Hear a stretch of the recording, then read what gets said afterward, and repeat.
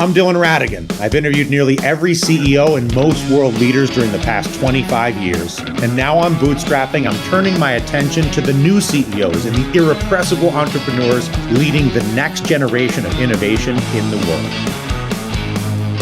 Welcome back to Tasty Live. I am Dylan Radigan. Time for another episode of Bootstrapping. Our guest, Rick Bentley, is company Hydrohash.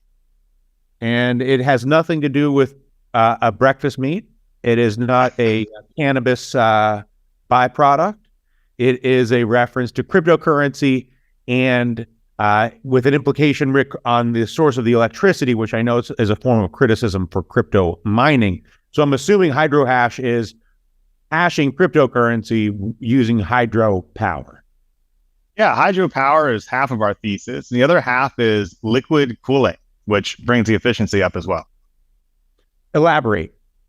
So when you are mining crypto, you're turning kilowatt hours, energy, into hash rate, right? And the more efficient miners you have, the better.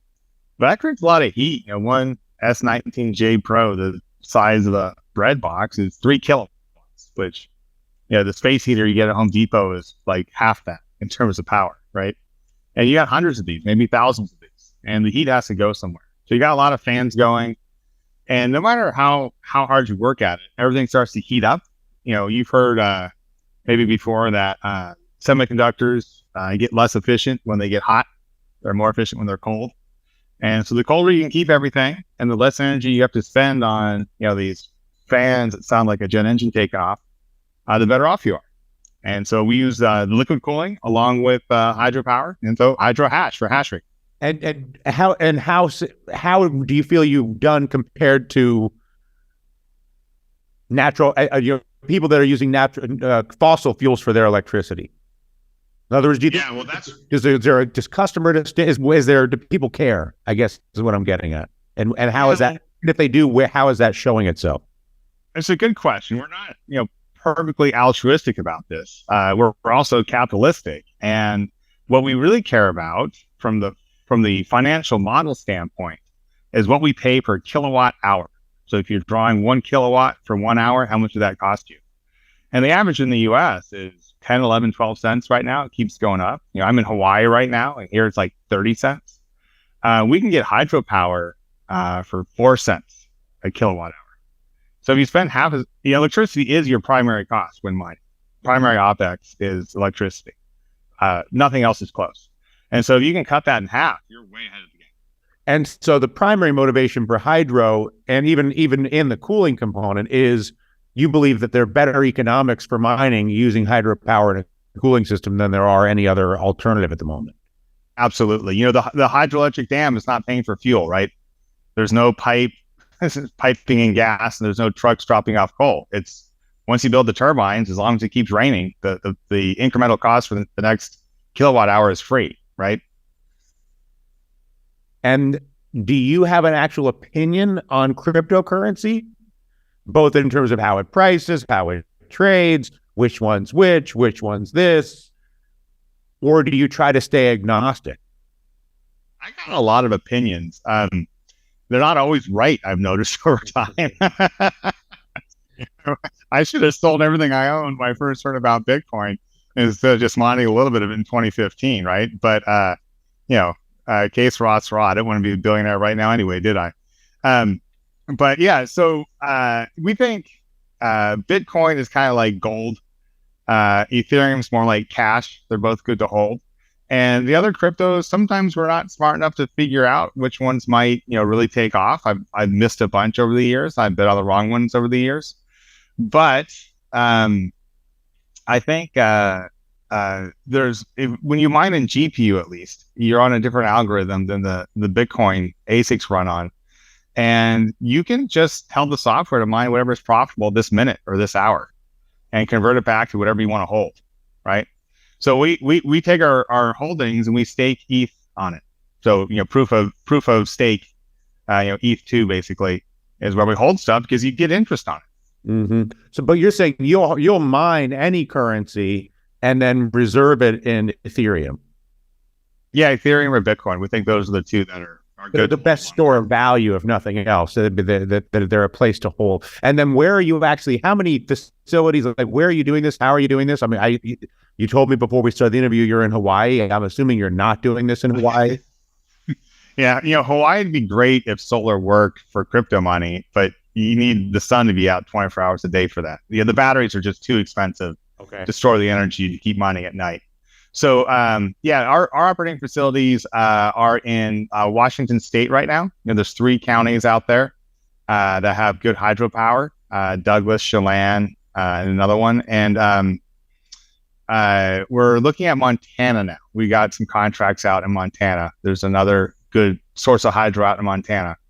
And it's interesting, Washington State was 2.85 cents per kilowatt hour. Just the lowest you could find anywhere. It was the absolute best. And they decided to charge more for crypto mining. So Microsoft can have a data center. Anyone can have a data center. You could be hosting whatever you wanted to in that data center. And they say 2.85 cents a kilowatt hour. That data center starts mining crypto, and they say 5 cents a kilowatt hour. And that's a political decision.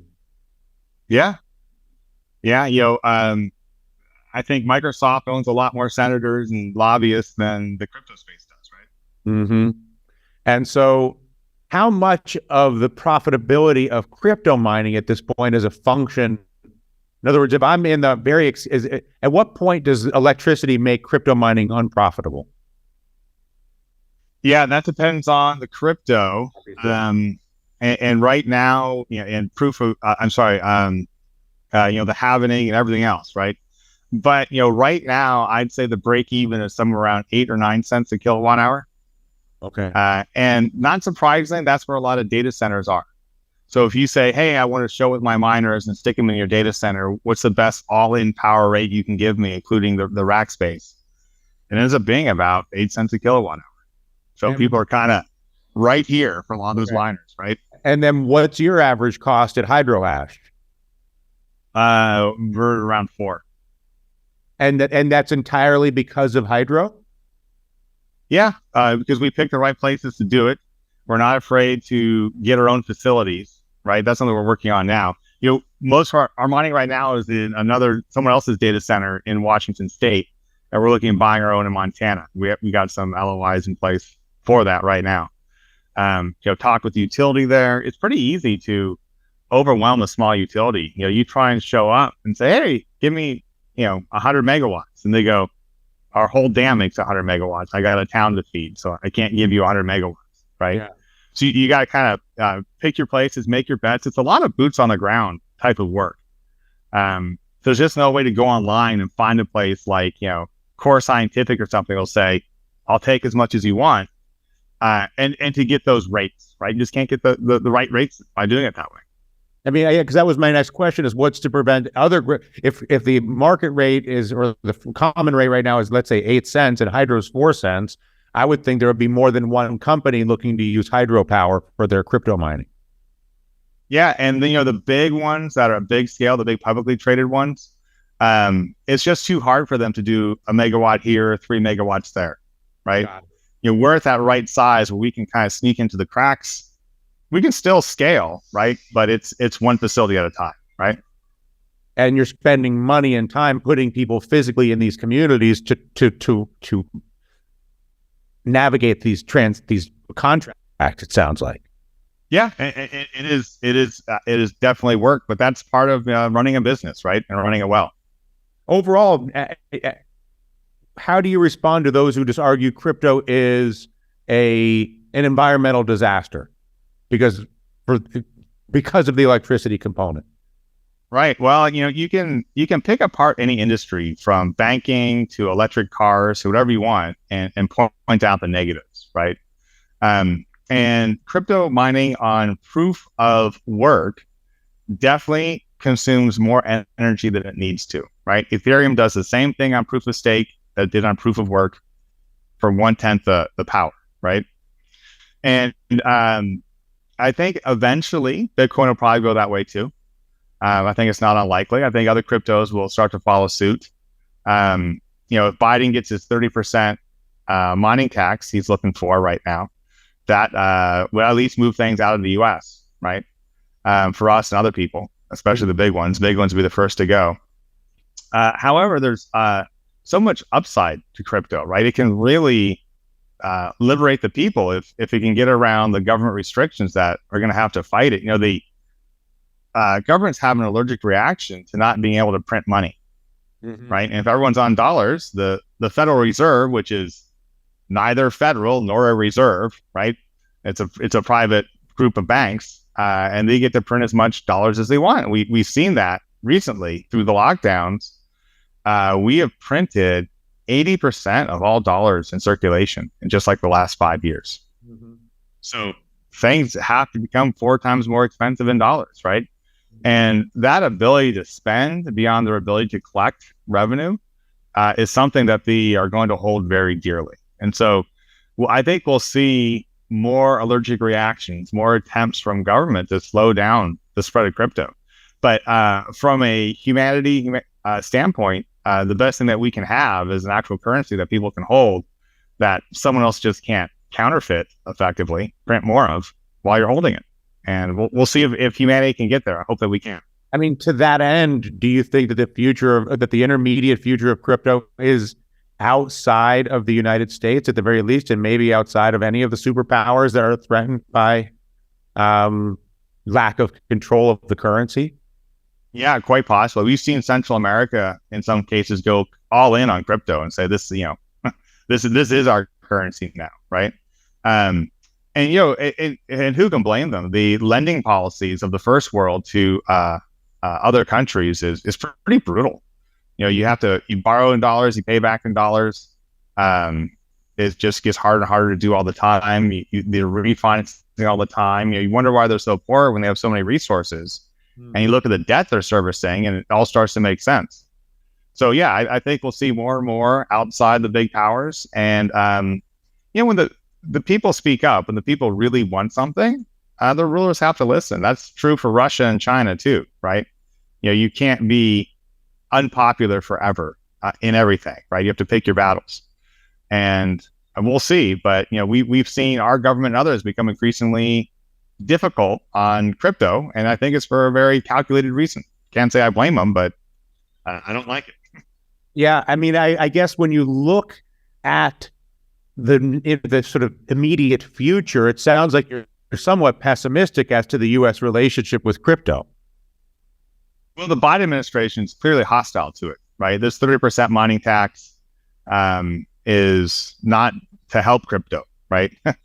Is to say, hey, we're going to interfere with the free market and pick our winners and losers for energy usage, right? Just like in Washington State, where they say, oh yeah, you can run your spam servers and your fetish websites and everything at this low power cost, but if you want to do crypto, you have to pay more, right?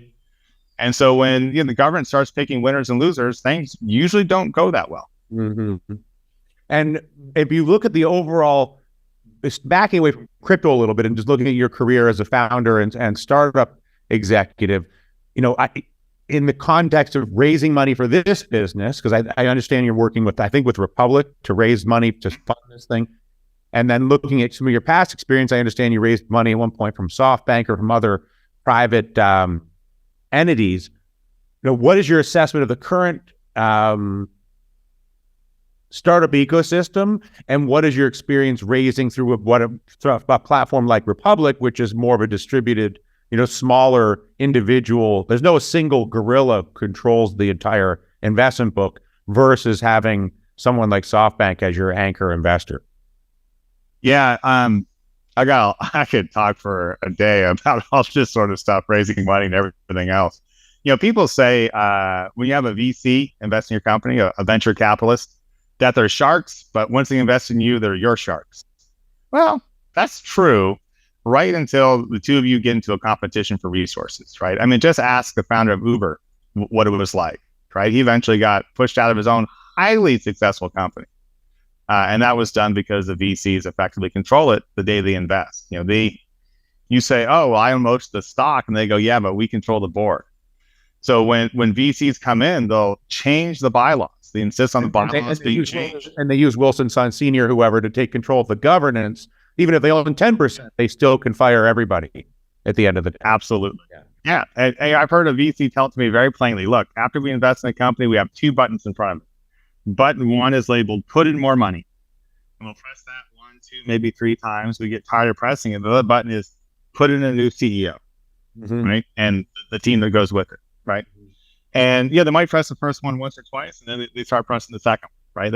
It's kind of like, a monkey playing the xylophone. They only got 2 notes they can play, right? And so that's what they do. With crowdfunding, I think everyone is more on the same level, right?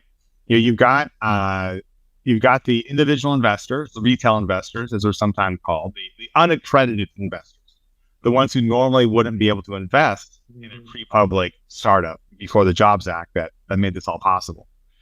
And you definitely don't get anywhere by trying to screw them over. Your goal is to make yourself wealthy along with them, right? And